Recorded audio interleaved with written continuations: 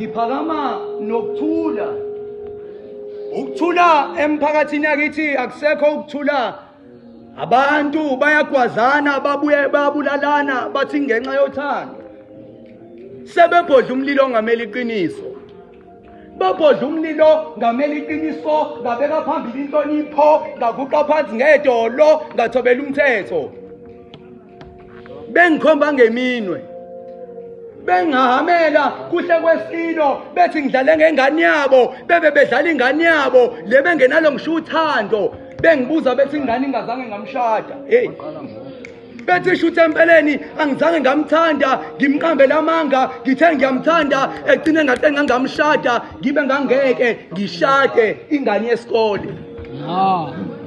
Nami ngingane yesikole, angazihlobo labazali abafuna ingane yabo ingasiqedi isikole babe ngithuka. Bengibiza ngokuthi ngasithebeni bethi ingane yabo ayihlwe nosikhotheni, abangazazi bafunana empilweni kwase lapho kusemhlabeni. Yindaba yengane zanamhlanje. Lezi ey'nende zikuthande zibese zifuna ukuthi uzishade, benjalo nje bachitha bechemile ba. Chitha bechemile okungamasokazi asale enkemile ungazi kufana nokungaboni. Izifungo zethu-ke kaziboli, uthando lwethu aliboni.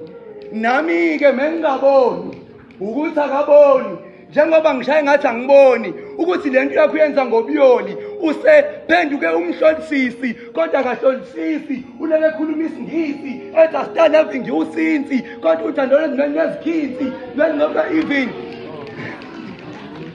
even inside of my heart.